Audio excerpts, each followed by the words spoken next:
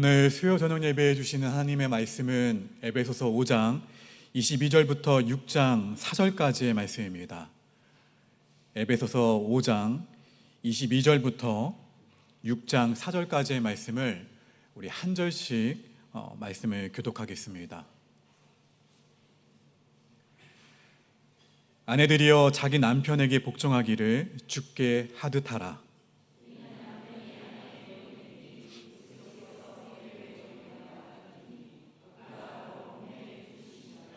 그러므로 교회가 그리스도에게 하듯 아내들도 범사에 자기 남편에게 복종할지니라.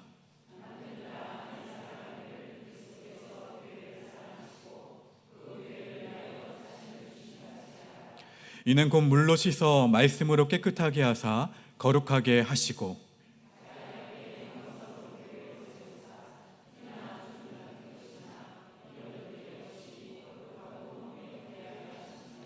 이와 같이 남편들도 자기 아내 사랑하기를 자기 자신과 같이 할지니 자기 아내를 사랑하는 자는 자기를 사랑하는 것이라.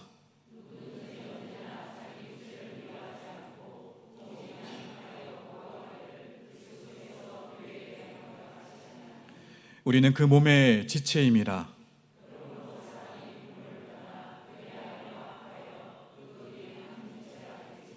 이 비밀이 크도다. 나는 그리스도와 교회에 대하여 말하노라.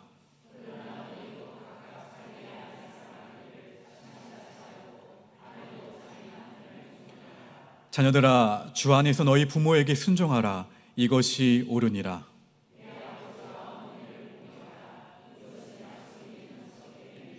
이로써 내가 잘되고 땅에서 장수하리라. 또 아비들아, 너희 자녀를 놀게 하지 말고 오직 주의 교훈과 훈계로 양육하라. 아멘. 이 시간 사랑하는 우리 7구역 가족들 나오셔서 하나님께 찬양으로 영광 돌리겠습니다.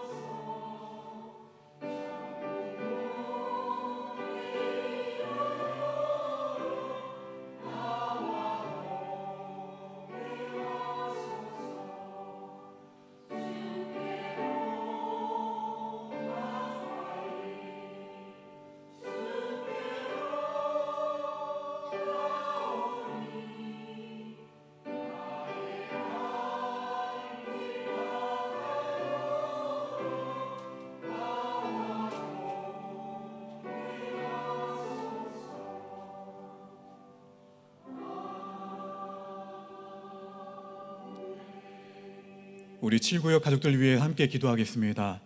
하나님, 나의 갈 길 다가도록 예수님이 나와 동행하심을 믿고 그리고 신뢰하는 가운데 하나님께 찬양의 고백을 올려드리게 하시니 감사합니다. 하나님, 7구역 가족들 하나님의 은혜 가운데에서 살아가게 하시니 정말 감사합니다. 슬픔을 당한 자들 위로로 주님께서 인도하시고, 하나님의 은혜 가운데에서 기쁨이 있는 자들 주의 은혜 가운데에서 예수님 때문에 항상 행복한 믿음의 각 가정이 되도록 인도하여 주시옵소서. 그 위로의 주님과 평강의 주님과 나와 동행하신 주님을 날마다 찬양할 수 있는 그 고백이 늘 끊이지 않는 우리 7구역의 각 가족들이 되도록 축복하여 주시옵소서. 이 모든 말씀 예수님의 이름으로 축복하며 기도합니다. 아멘. 우리 하나님께 찬양의 영광 박수 올려드립니다. 할렐루야. 우리 앞뒤 자화분들과 이렇게 축복했으면 좋겠습니다. 예수님 때문에 행복합니다. 우리 예수님 한 분이면 충분합니다 고백할까요? 예수님 한 분이면 충분합니다. 저는 사실 오늘 이 말씀을 준비하면서 사실은 여러분 앞에 주례자로 다시 섰습니다. 오늘 주신 말씀은 여러분의 배우자와 그리고 여러분의 자녀들 또 손주들을 생각하는 가운데에서 주시는 말씀을 나누고자 합니다. 신앙생활이 굉장히 오래되신 분들은 내가 결혼했을 때 혹시 목사님으로부터 주례를 받으셨다면 그 목사님이 내게 하셨던 말씀이 무엇인지 다시 한번 떠올려 보시고, 그리고 피치 못해 천국의 배우자를 보내신 분이 있다면 오늘 모든 관계들 통해서 내가 남겨진 이 세상을 어떻게 살아가야 될지 다시 한번 묵상해 보실 때 많은 은혜와 도전과 결단이 있기를 주님의 이름으로 축원합니다. 하나님이 만드신 가정은 천국을 경험할 수 있는 정말 좋은 곳이 가정이에요. 그런데 마귀는 하나님을 영화롭게 하고 성도들이 서로 행복할 수 있는 이 가정을 어떻게 합니까? 어떻게 해서든지 공격해서 어떻게 해서든지 무너뜨리려고 합니다. 균열이 가게 하고 그리고 그 균열 가운데 비집고 들어가서 천국이 아닌 무엇을 경험하게 합니까? 지옥을 경험하게 해요. 오늘 본문에는 하나님이 설계하신 이 가정의 아름다운 모습이 나오는데, 여러분, 이와 반대되는 삶을 내가 혹 살고 있다면 마귀의 공격을 받고 있다는 사실을 아셔야 되고, 나는 지금 행복한데 내가 행복한 가운데에서 혹 이러한 공격이 감지가 된다면 누구의 공격이라는 거예요? 내가 쏟아내야 될 대상이 남편이 아니고 아내가 아니고 자녀가 아니라 누구라는 거예요? 마귀라는 거예요. 그렇다면 하나님이 설계하신 이 천국과 같은 가정은 어떠한 모습일까? 첫 번째, 하나님은 아내에게 말씀하십니다. 남편에게 어떻게 하라? 복종하라 말씀하세요. 우리 에베소서 5장 22절과 23절 말씀 읽어봅니다. 시작.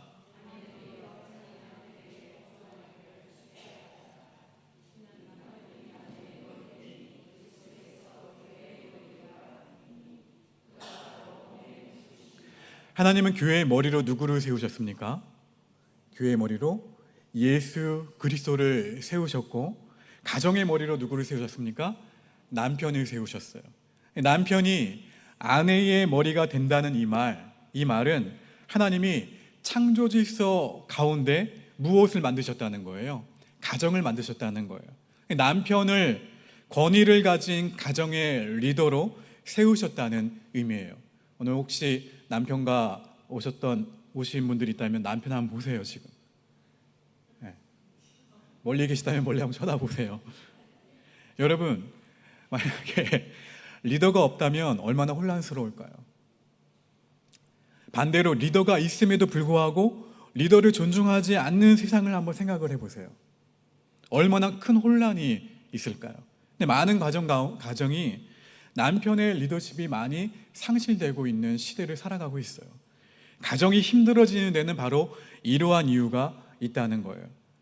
여러분, 저는 남자지만 제가 이 말씀을 좀 짧게 전하려고요. 근데 너무 이 말씀을 길게 하면 제가 꼭 그러는 것 같아서 남자들은요 칭찬에 살아납니다. 칭찬.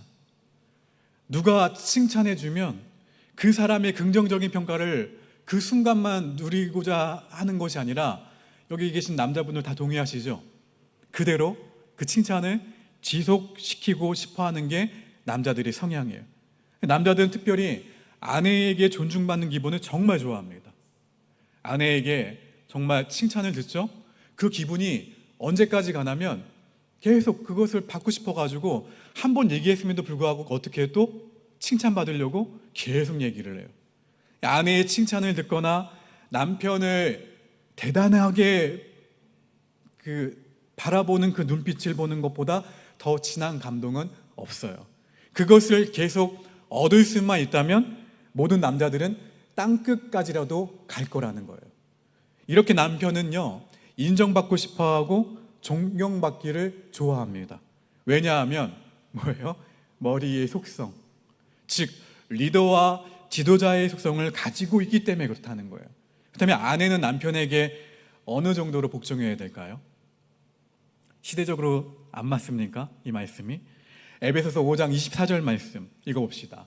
에베소서 5장 24절 말씀 찾아볼까요? 자, 함께 있습니다. 시작.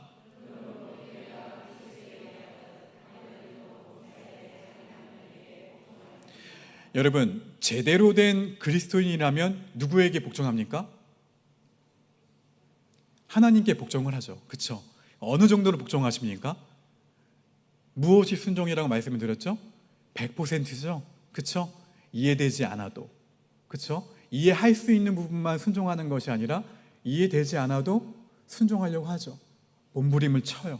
제대로 된 그리스도인이라면, 건강한 그리스도인이라면 예수님께 100% 복종을 해요. 마찬가지로 제대로 된 아내는 남편을 어떻게 합니까? 존중한다는 거예요. 존중하고 남편에게 복종을 한다는 거예요. 남편이 정말 존경스러운 사람이라면 이 말씀을 지키기가 쉽나요? 어렵나요? 쉽겠죠. 그렇죠? 하지만 남편이 좀 실망스러워요. 존경하기가 어려운 사람이라면 어떨까요? 굉장히 어렵겠죠. 중고거래를 하는 당근마켓 아시죠? 그렇죠?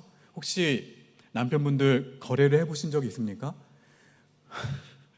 요즘은 아내분들이 중고거래를 다 신청해 놓고 누가 나갑니까? 대부분 남자들이 나가요.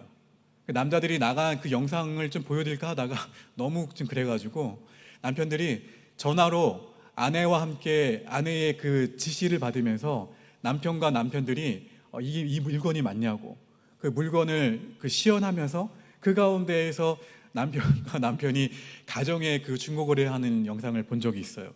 그리고 특별히 제가 남편을 당근에서 판다는 그것을 본 적이 있는데 한번 읽어드릴게요.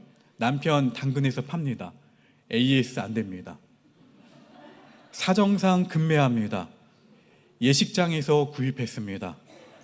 구청에 정품 등록을 했지만 명의를 양도해 드리겠습니다. 아끼던 물건인데 이젠 유지비도 많이 들고 성격 장애로 급매합니다. 상태를 설명하자면 구입 당시 A급인 줄 착각해 구입했습니다. 마음이 바다 같은 줄 알았는데 잔소리가 심하고 만족감도 떨어집니다. 음식물 소비는 동급의 2배입니다. 하지만 외관은 아직 쓸만합니다. 사용설명서는 필요 없습니다. 어차피 읽어봐도 도움이 안 됩니다. AS는 안 되고 변심에 의한 반품은 절대 안 됩니다. 사은품도 드립니다. 시어머니와 시누이입니다. 성경에는요, 근데 어떠한 조건이나 상황에 대한 언급은 없어요. 복종하라. 그냥 범사에 복종하라고 했기 때문에 존경할 수 없는 남편에게도 어떻게 되는 거예요? 복종해야 하는 거예요. 단, 저는요, 이 말씀을 묵상하면서 여러 가지 이야기를 할 수 있지만 신앙이 있는 아내들이시잖아요. 그렇죠? 신앙이 있는 아내는 누구의 도움으로요? 하나님의 도움으로 남편을 하나님 보시기에 아름답게 잘 갖고 나갈 수 있다는 거예요. 여러분, 아내가 남편에게 복종하는 것이 무슨 원리라고요? 창조의 원리입니다. 남편이 설사 부족하더라도 사람은 누구나 과정 가운데 있음을 인정하시고 격려하면서 남편을, 배우자를 존경받는 사람으로 세워갈 수 있는 우리 옥복교회의 모든 아내분들이 되시기를 주님의 이름으로 축원합니다. 두 번째, 하나님은 남편에게 말씀하세요. 아내를 어떻게 하라? 죽기까지 사랑하라고 명령하십니다. 여러분, 여기 계신 남편분들은 이것을 생각을 하셔야 돼요. 아내를 한번 봅시다. 한번 바라보실까요? 아내를 보시면서 아내를 뭐라고 생각하셔야 되냐면 꽃이라고 생각하셔야 돼요. 꽃. 아내가 여러분 한번 그 아내를 처음 만났을 때 굉장히 아름다운 꽃이었어요. 근데 살아오면서 아내가 시들었다? 누구에게 책임이 있는 겁니까? 세월이요? 풍파? 남편에게 책임이 있는 거예요. 아내가 시들지 않는 꽃이 되도록 남편들이 죽기까지 사랑해야 된다는 거예요. 어떻게 해요? 물을 줘야 돼요. 물을 주고 가꿔주고 햇빛도 보게 해주는 그런 노력을 누가 해야 된다는 거예요? 남편이 해야 된다는 거예요. 예수님이 우리를 위해 십자가에서 목숨을 주신 것 같이 남편은 아내를 위해 목숨을 줄 정도로 꽃과 같은 그 아내가 시들지 않도록 사랑해야 된다는 거예요. 그런데 여러분, 혹 남편들 가운데 이런 질문을 할 수도 있어요. 사랑하고 싶지 않을 때는 어떻게 합니까? 사랑하고 싶지 않은 아내에게도 목숨을 걸어야 됩니까?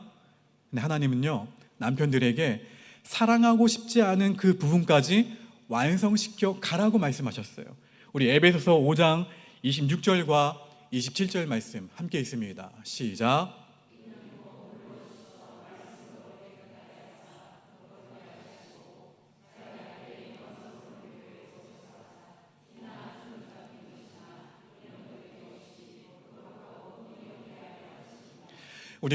여기 있는 우리가 모든 자격을 갖추어서 여기 구원받은 사람들이 있습니까? 없어요. 예수님이 우리를 구원하시고 거룩하게 만들어 가신 것이죠. 그것이 또 신학적으로 뭐라고 합니까? 성화의 과정이라고 하죠. 성화의 과정. 부부도 마찬가지입니다. 부부뿐일까요? 모든 관계가 마찬가지겠죠.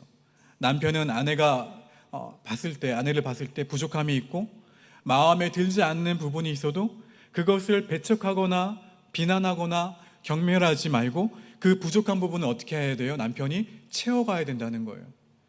남편은 그래서 꽃과 같은 아내, 그 아내가 시들지 않도록 채워주는 뭐냐면 정원사예요. 정원사.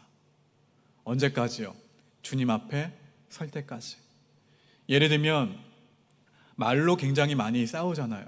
그렇죠? 말로 많이 무시하고 말로 많이 상처를 주기도 하고 상처를 받기도 해요.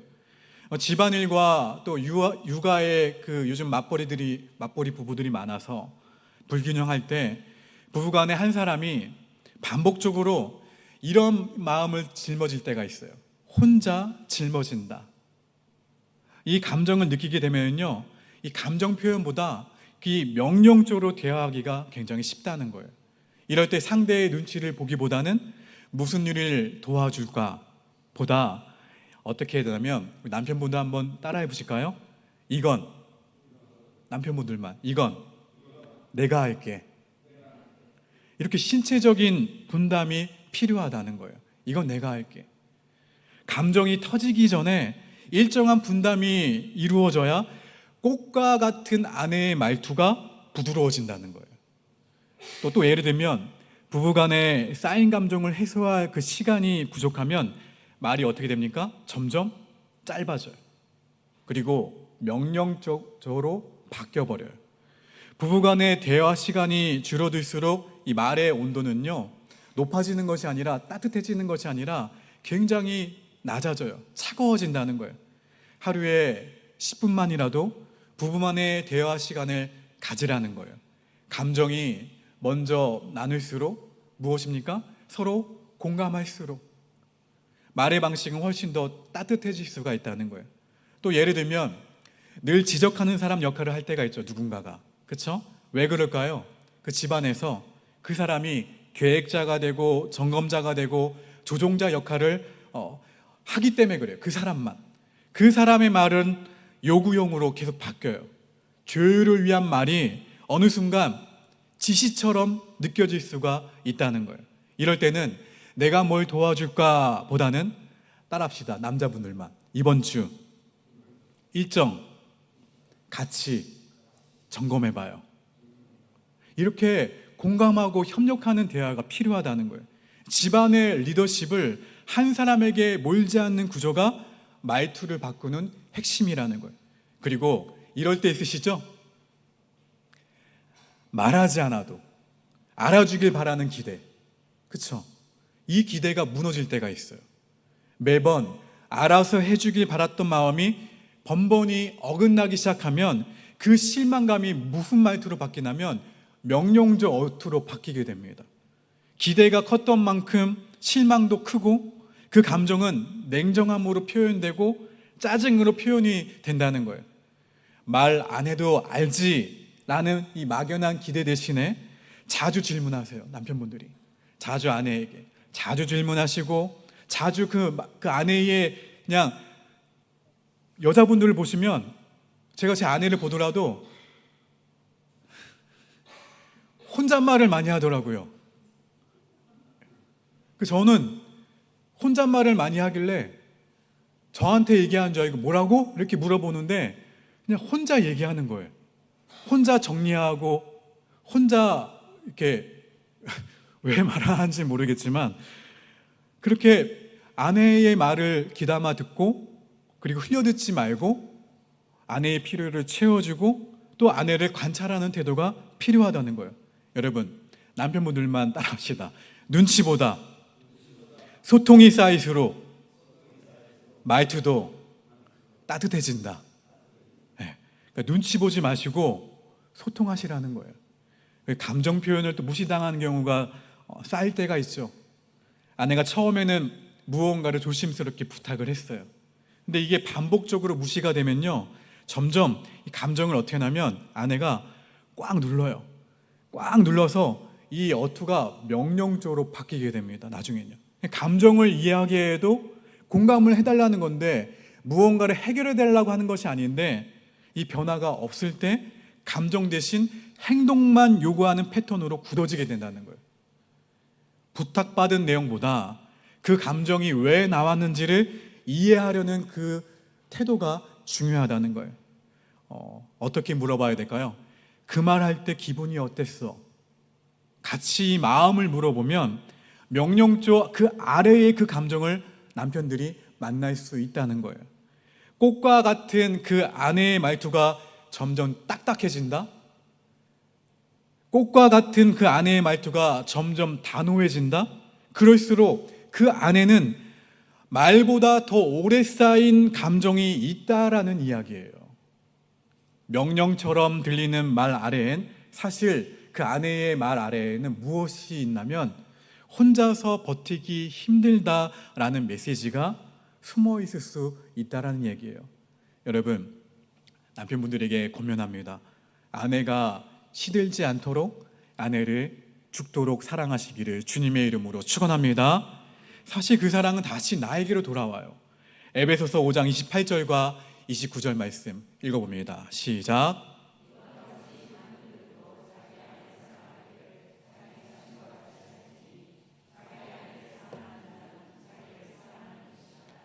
누구든지 언제나 자기 육체를 미워하지 않고 오직 양육하여 보호하기를 그리스도께서 교회에게 함과 같이 하나니.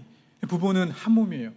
한 몸이므로 결국 아내를 사랑한다? 누구를 사랑하는 거예요? 자기 자신을 사랑하는 거예요. 양육은 무슨 말입니까? 양육? 먹이고 입히는 것을 양육이라고 하죠. 즉 필요를 제공하고 모든 것, 모든 관계, 모든 위험으로부터 보호하는 것이 양육이에요. 아내의 필요를 채워주고 아내를 보호하는 것이 꽃과 같은 아내를 시들지 않게 하는 거예요. 결혼은요, 하나가 되는 거예요. 하나. 육체적으로 뿐만 아니라 정서적으로 하나가 되고 한 걸음 더 나아가 영적으로 하나가 되는 거예요. 그렇게 되면 예수님을 믿지 않는 사람이 경험하지 못하는 그 부부의 하나님이 허락하신 놀라운 은혜와 사랑을 경험할 수 있게 됩니다. 바울은요, 두 사람이 하나가 되는 것이 신비하다라고 고백을 했어요. 자라온 환경이 굉장히 달라요. 나와 같은 점보다는 굉장히 다른 점이 많은 게 부부예요. 근데 영적으로 마음이 맞고 정서적으로 소통이 잘 되고 신체적으로 하나가 되면 이상하게 둘인데 하나의 마음과 하나의 기쁨과 하나의 평안과 하나의 비전을 향해서 나아가게 된다는 거예요. 결혼은 마치 혼성 이중창과 같습니다. 남성과 여성의 음역이 다른데 서로 존중하고 서로 배려하면서 함께 무엇을 만들어가는 거예요? 화음을 만들어 가는 것처럼, 하나가 되는 것처럼 결혼 생활은 서로의 다름을 다툼이 아닌 화음으로 만드는 거예요. 에베소서 5장 32절 말씀 읽어봅니다. 시작. 이 비밀이 크도다. 나는 그리스도와 교회에 대하여 말하노라. 바울이 이 말씀 가운데에서 인용한 이 비밀이라는 단어 있죠. 이 비밀이라는 단어는 신비로운 비밀을 뜻해요. 신비로운 비밀, 미스테리를 사용했어요. 미스테리. 일반적으로 미스테리라는 말은 무슨 말입니까? 잘 모르는 것이라는 의미죠. 잘 모르는 것. 성경에서는 이 머리로 이해할 수 없는 하나님의 세계를 뜻해요.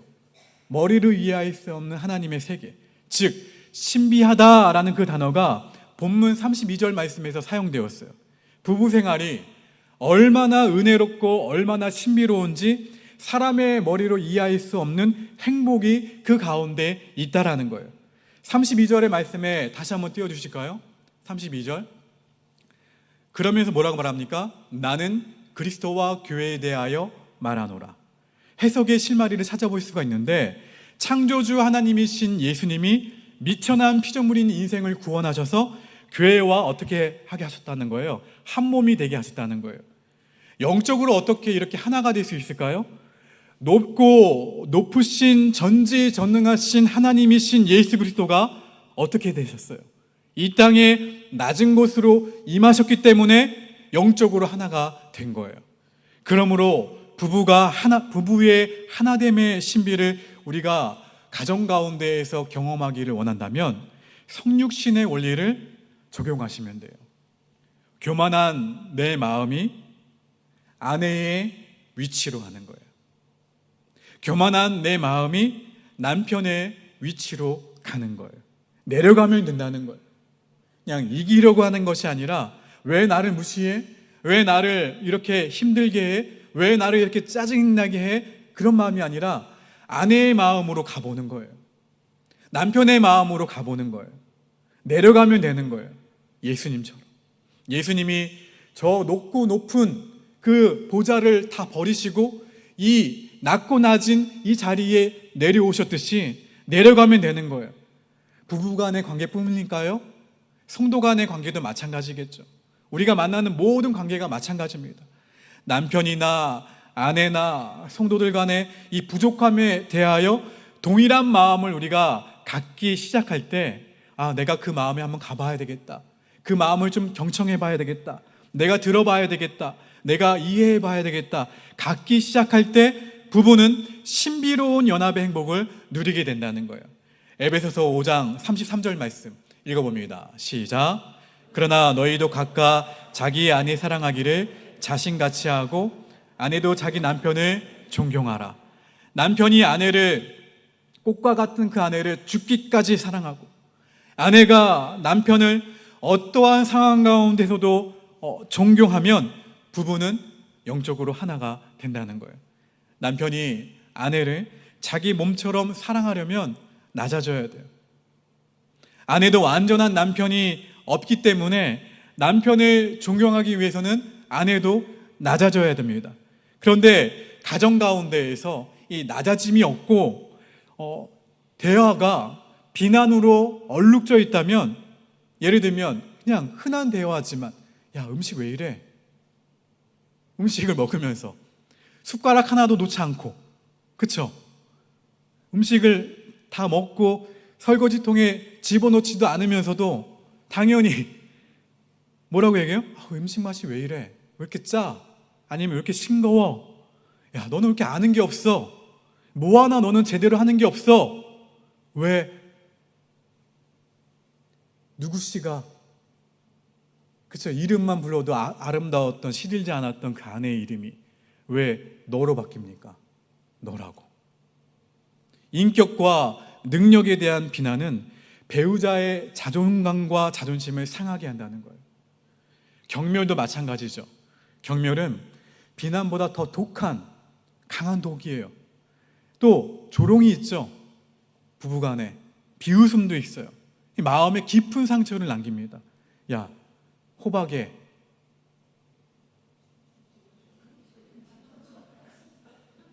무엇이 되니? 야, 지나가는 개가 웃겠다. 넌 그냥 그렇게 살아. 라는 식의 이 말과 태도는 배우자를 죽이는 말이에요. 또한 자기 방어가 있죠. 배우자에 대한 은근한 공격이에요. 야, 나에게는 문제가 없고 결국 누구 잘못이다? 네 잘못이다. 라는 식의 책임 전가나 회피. 야, 그러면 당신이 내게 해준 것이 무엇인데? 야, 당신이 나서서 이 일을 망쳤어. 라는 식의 이 자기 방어 안에는 복수심이 담겨 있어요. 배우자의 가장 아픈 부분을 찔러서 이기고 싶다는 마음도 담겨 있어요. 또 마지막으로 결국에 어디까지 갑니까? 담을 쌓는 행위. 비난, 경멸, 자기 방어를 하더라도 부부간에 개선의 여지가 없을 때에는 담을 쌓아요. 냉담이라고 할 수 있죠. 상대가 진지하게 말을 꺼내도 의견을 물어봐도 그냥 무반응으로 일관해요. 그리고 딴 행동을 한다거나 상대의 질문을 무시한 채 그냥 화제를 바꿔버리죠. 화를 내고 또 어디를 나가요? 주로 남자들이 나가죠. 그렇죠? 왜 나가는지 모르겠지만 저도 나갑니다. 자, 밖으로 나가거나 아니면 문을 닫고 어떻게 합니까? 방에 틀어 박혀 있는 것도 냉담의 모습이에요. 부부 중 한쪽만 냉담하더라도 그 관계는 차갑게 식어버려요. 둘 다 냉담하면 어떻게 됩니까? 집안의 공기가 얼어버려요. 지옥이 돼버리죠. 그 지옥이 돼버린 그 가정 가운데 누가 들어옵니까? 자녀들이 들어오죠. 그렇죠? 누군가 또 들어와요. 그러면 알아요. 다 단번에. 지옥이구나. 이러한 것들이 모두가 다 마귀가 가정을 파괴하려는 공격임을 기억하고 우리 모두가 그렇게 하지 않게 되기를 주님의 이름으로 축원합니다.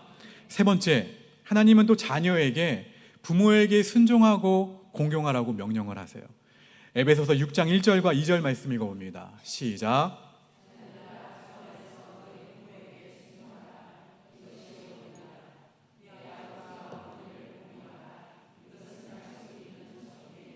부모님께 순종하고 부모님께 효도하는 것은 옳다라는 말씀이에요. 반면에 부모님께 불순종하는 것은 옳지 않다라는 말씀이죠. 그렇다면 부모님을 어떻게 공경해야 될까? 이 공경이라는 단어, 헬라어 단어는 티마오라는 단어입니다. 티마오. 이 단어를 5가지로 설명할 수가 있는데, 첫째, 무엇은 의미가 담겨 있냐면 공경에 티마오라는 단어에 존경하는 것. 두 번째, 존경하는 마음으로 섬기는 것. 세 번째, 사랑의 표시로 방문하는 것.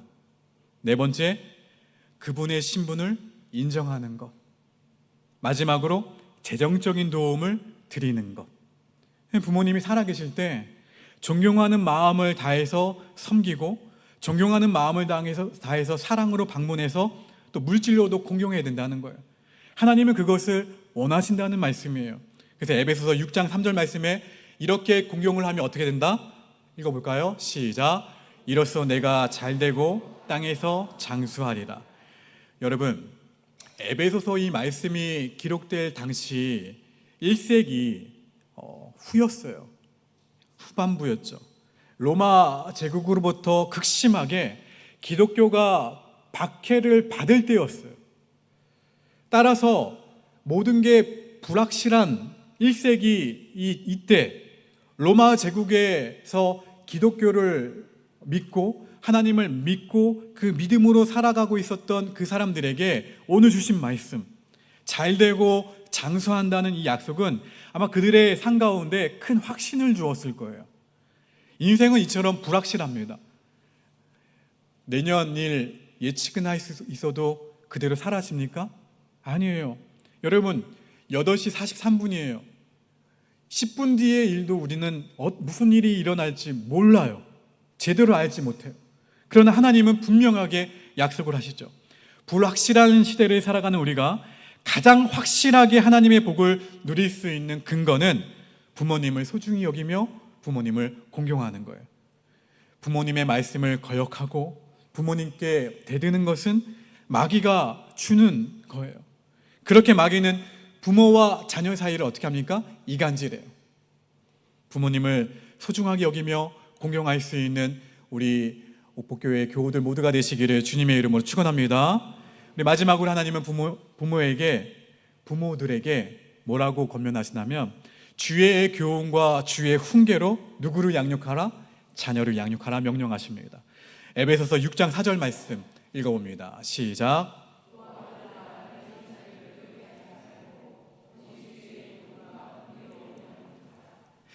저도 이 말씀에 자유롭지 못합니다. 왜냐하면 저도 예랑이 하랑이를 키우면서 자녀를 노엽게 했던 적이 있어요. 그리고 상처를 준 것이 아직도 후회될 때가 참 많아요. 그 상처를 씻는 데는 많은 시간이 걸립니다. 오직 하나님의 말씀으로 자녀를 훈련시키셔야 돼요. 아이들은 부당함을 당할 때 분노합니다. 부모가 서로 아빠와 엄마가 지나친 말이나 지나친 행동이나 지나친 학대를 할 때 분노를 해요. 부부가 서로 잘 지내는 것이 아이들에게 줄 수 있는 최고의 선물이에요. 그렇죠? 또한 부모가 삶으로 모범이 되지 못할 때에도 아이들의 마음 가운데 분노가 일어나요. 부모는 아이들에게 자랑스러운 엄마, 아빠가 되도록 나의 가정이 천국과 같은 가정이 되도록 그 중심에 하나님이 계시는 것을 보여줄 수 있도록 어떻게 해야 돼요? 노력하셔야 돼요. 이철환 씨의 연탄길의 그 책 가운데 먼 불빛이라는 제목의 실화가 실려 있습니다. 현태란 이름을 가진 아들과 아버지 이야기예요. 고등학교 때부터 늘 사고치고 친구들과 패싸움하고 심지어 절도까지, 아무리 타일러도 막무가내인 아들, 언제 교도소로 들어갈지 모르는 위태위태한 자식의 모습을 보며 아버지는 마지막 충격 요법으로 아들이 교도소에 가기 전 자신이 먼저 교도소에 가서라도 자신의 교도소행을 막아보겠다고 생각을 합니다. 어느 날 기금속 가게에 들어가서 마음에도 없는 도둑질을 해요. 그리고 그렇게 도둑질하는 채 하다가 붙잡혀서 교도소에 갑니다. 아버지가 간혹 후에 면회를 온 아들에게 이렇게 말을 해요. 아들아, 이 아버지를 용서해라. 사는 게 너무 힘들어. 아버지가 순간적으로 잘못을 저질렀다. 아버지가 이 모양이니 넌들 바른 길을 갈 수가 있었겠니? 그러나 한 가지 부탁이 있다. 너는 꿈에라도 이런 곳을 기웃거려서는 안 된다. 교도소는 인간을 비참하게 만드는 곳이란다. 그런데 아버지를 면회하고 나오는 길에 어머니는 아들 현태를 붙잡고 통곡으로 절규하면서 폭탄 선언을 합니다. 현태야, 할 말이 있다. 내 아버진 도둑질 같은 거 하지 않았어. 정말이다. 이 엄마가 네 아버지를 안다. 네 아버지는 절대 그런 일 하실 분이 아니다. 너 때문에 일부러 그러신 거야. 교도소가 사람이 있을 곳이 아니라는 걸 너에게 보여주려고 생떼 같은 네 놈, 거기서 네 젊은 시절 다 보낼까 봐 네가 갈 그곳에 미리 가셔서 네가 오는 걸 막아보시려고. 현태는 그러자 큰 충격을 받습니다. 이 아버지의 희생으로 아들 현태는 이날부터 마음 먹고 다시 태어나 새 인생을 시작합니다. 검정고시를 치르고 전문대학에 진학해서 새 인생의 길을 열어요. 작가는 이 이야기의 끝을 이런 말로 마무리합니다. 아버지는 아들을 위해 스스로 어둠이 되었다. 빛을 거부했던 아들의 어둠 속으로 들어와 끝내는 그르치고야 말 그의 인생 앞에 불빛 하나를 밝혀주었다. 어둠 밤 바다 같은 인생에서 표류할 때마다 두고두고 바라볼 먼 불빛. 아버지. 여러분은 어떠한 부모이신가요? 아이들을 나무라고 아이들을 공격하며 그 마음에 상처를 남기는 부모는 아닌지 돌아보셔야 돼요. 또 여러분은 어떠한 자녀인가요? 공경하지 않고 대들며 부모의 마음에 못을 박는 자녀는 아닌지 돌아봐야 합니다. 마귀는 우리 부모와 자식의 관계를 깨트리기 위해서 충동질하지만 우리는 자녀와의 관계, 부모님과의 관계를 회복해야 돼요. 언제나 관계를 깨트리는 마귀의 공격을 주님을 바라봄으로 분별하게 되기를 주님의 이름으로 축원합니다. 그리고 하나님이 세우신 이 창조 질서에 순종해서 남편을 존중하고 목숨을 바쳐서 아내를 사랑하고 있는지 자신의 모습을 돌아보기를 바랍니다. 하나님이 짝지어 주신 배우자를 마음 다해 사랑하는 우리 모두가 되기를, 그리고 하나님이 허락하신 이 아름다운 관계, 우리 믿음의 성도들의 관계를 아름답게 늘 이루어갈 수 있는 저와 여러분 모두가 되시기를 주님의 이름으로 축원합니다. 우리 함께 이 말씀 기억하시면서 우리 563장 찬양하시면서 결단하며 나아갑시다. 예수 사랑하심을